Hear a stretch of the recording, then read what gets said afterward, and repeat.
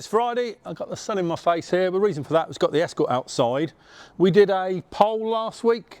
Was that on Facebook and Instagram, what wheels we should put on this? And it was a bit of a landslide towards Lotus rims, wasn't it? Was it not like 11% Group 5 alloys? But you've got to admit, it looks pretty cool on them. Do you like it, Luke? Yeah, I like these wheels. Yeah. So we went to Stratford, Martin Cortina Owners Club at Stratford Racecourse in it. Tootled there and back. But one thing I did find with it is it's very underpowered.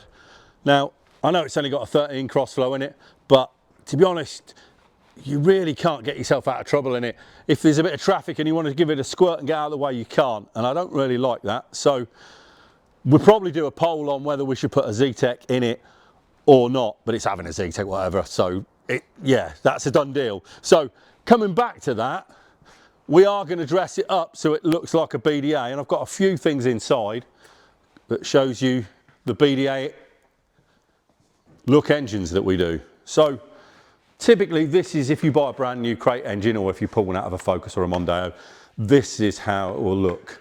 So you get this nasty plastic rocker cover with a filler at the back, because obviously it's a front wheel drive engine, and this horrible front timing cover, and this big bulky aluminium bit that had the engine mount on it originally. So we've been doing these forever now, the BDA covers.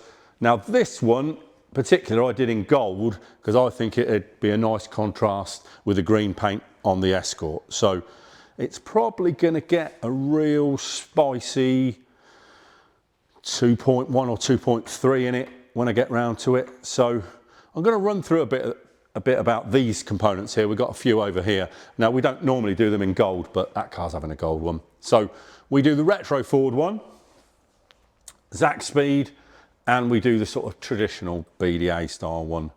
And these aren't a cover that go over the top of your original rocker cover. These are a rocker cover themselves.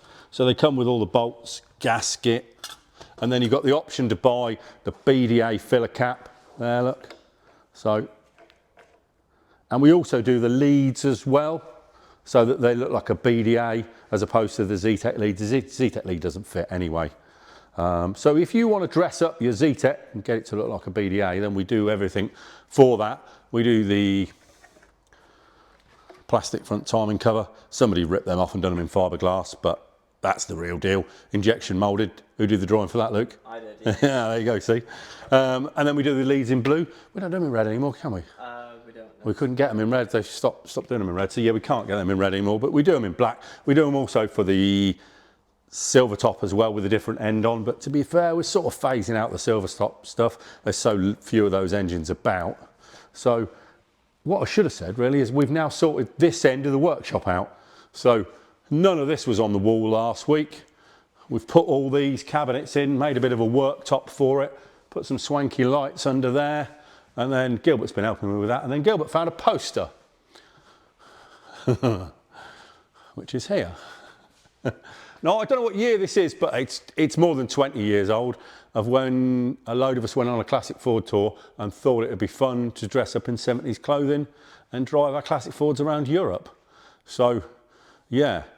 If Simon Woolley can tell me what year this is, because he'll know, he's got an encyclopedic knowledge of all this sort of stuff, then yeah, get in touch, Simon. So that's it this week. Have a great weekend.